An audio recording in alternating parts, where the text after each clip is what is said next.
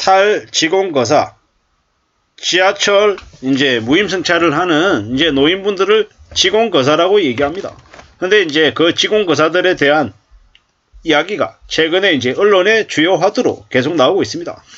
청년들의 경우에는 왜 우리가 노인들의 그 무임승차하는 비용을 대줘야 되냐. 안 그래도 국민연금 때문에 우리는 못 받는데 세금처럼 돈만 내야 된다라고 해서 억울한데 왜 노인들 비용까지 우리가 부담해야 되냐. 이런 얘기들이 점점 많아지고 있습니다.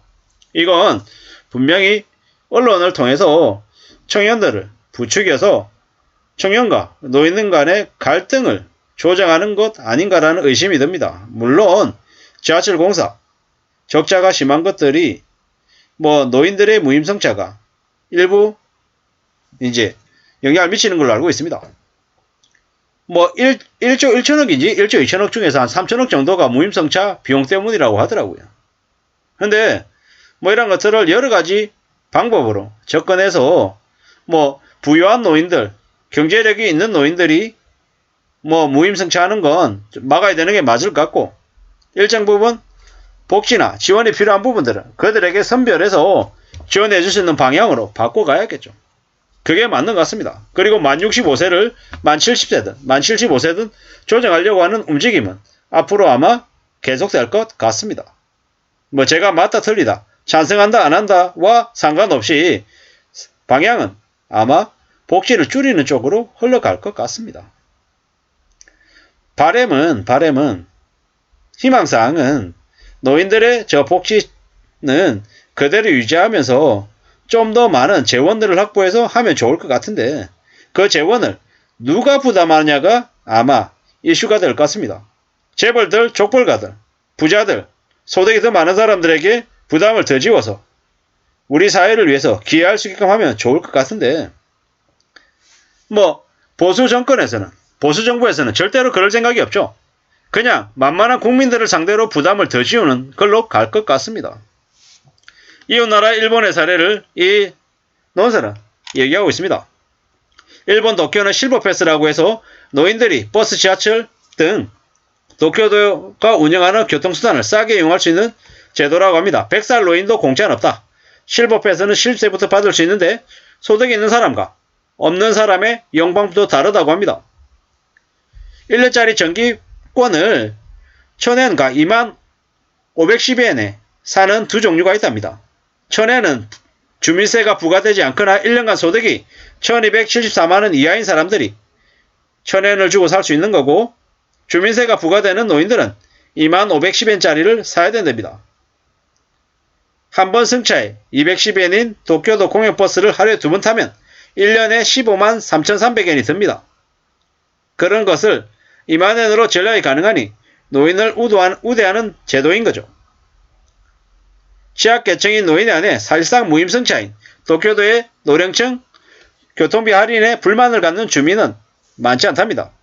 교토시는 더 엄격하답니다. 교토시는 이제 이렇다고 하죠. 이제 경로 우대 대상자가 8만 명에서 32만 명으로 증가하고 3억 엔이던 시 부담액이 52억 엔이 됐답니다. 2032년에는 58억 엔이 든다는 계산이 나온다는 거죠. 그래서 경로 승차증 제도를 50년 만에 대대적으로 손봤답니다. 경로 승차증을 발급하는 나이를 2년에 한 살씩 늦춰서 2032년부터는 75세부터 승차권을 받을 수 있답니다. 그리고 주민세를 못 내는 사람들의 한 해 부담금은 3,000엔에서 9,000엔을 올리고 연간 200만원 이하의 소득자는 5,000엔에서 15,000엔, 그리고 200만에서 700만엔 소득자는 종전 1만엔에서 3만에서 45,000엔으로 많게는 4,500까지 인상을 했답니다. 소득이 700만엔이 넘으면 승차증을 못 받는답니다. 한국에서도 노인들의 지하철 무임승차가 논란이죠. 1984년 지하철 2호선 개통과 함께 65세 이상은 무임이 됐습니다. 전두환 대통령의 포퓰리즘 정책이었죠. 그 당시에는 인구가 4%였고 2025년에는 20%가 된답니다. 그렇기 때문에 마냥 무료로 해주는 것은 사실 어려운 것 같다라는 겁니다. 이게 이제 앞으로 일어날 일들입니다. 지하철 요금, 그것만으로 끝나는 일이 아닐 것 같다라는 겁니다.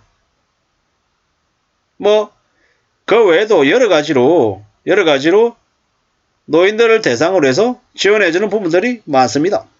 1980년에 노인 관련해서 경로우대제가 통과됐답니다.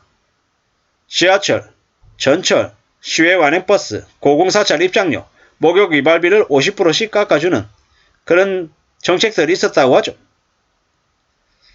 경로우등 정책을 하고 난 이후에 지금 점점 시간이 지나서 2022년에 노인 인구가 17.5%랍니다. 2025년에는 20%가 넘는다라고 하는데 이 많은 사람들을 어떻게 다 우대할 수 있겠냐라는 거죠. 퍼센테이지를 따져서 적정한 수준으로 재조정이 필요하다라는 이야기를 하는 것 같습니다. 노인 우대 이런 것들을 좀 잘 살펴볼 필요가 있었습니다. 지금의 65세 노인 기준을 2년에 한 살씩 올리는 것도 필요하다라는 의견도 나오고요. 지금 만약 노인들을 대상으로 해서 지원해주는 것들을 노인이라고 해서 무조건 지원해주는 게 과연 맞나라는 의견들도 있고 다양한 각기각층의 의견들이 많습니다. 확실한 건 뭐다? 누군가는 부담을 해야 된다. 그리고 그 부담의 주체가 누가 보더라도 덜 불공평하고 덜 억울함이 좀 덜해야 된다라는 말씀을 드리고 싶은 거죠. 우리가 살아가는 삶, 우리가 생각하는 모습들, 행동들, 여러 가지들이 다 우리의 실생활하고 직접적인 연관이 되어 있더라. 경제가 안 좋아지니까 나갈 돈은 많고 들어오는 돈은 적으니까 저렇게 사람들이 얘기하는 것 같습니다. 서울시가 4월부터 버스비, 지하철 요금을 300원, 400원 올린다라고 이야기하고 있죠. 그러다 보니까 저도 관심을 안 가졌던 지하철 요금이 조금은 신경이 쓰입니다. 출퇴근할 때 1250원인데 내일 때쯤 되면 얼마가 더 붙는지를 한 번 더 보게 되죠. 이러다 보니까 점점 더 소비하는데 위축이 되는 게 사실입니다. 앞으로 최소 5년 정도는 한국뿐만 아니라 전 세계가 고물가 때문에 몸살을 앓고 소비를 극단적으로 줄이면서 점점 사회가 변해갈 것 같습니다. 한국이라고 하는 나라에서도 노인의 기준을 만 65세에서 70세로 혹은 그 이상으로 올리려는 조짐도 있고 의료보험이든 국민연금이든 각종 연금 문제, 교통비 무임승차 여러 가지들이 대대적으로 공론화되고 바뀔 것 같다라는 생각입니다. 아무쪼록 우리가 살아가는 때에 경제적인 약자들, 노인들이 받고 있는 혜택들이 좀 덜 줄어들고 아니면 조정이 된다 하더라도 좀 현명한 수준으로 재편이 됐으면 하는 바람입니다. 감사합니다.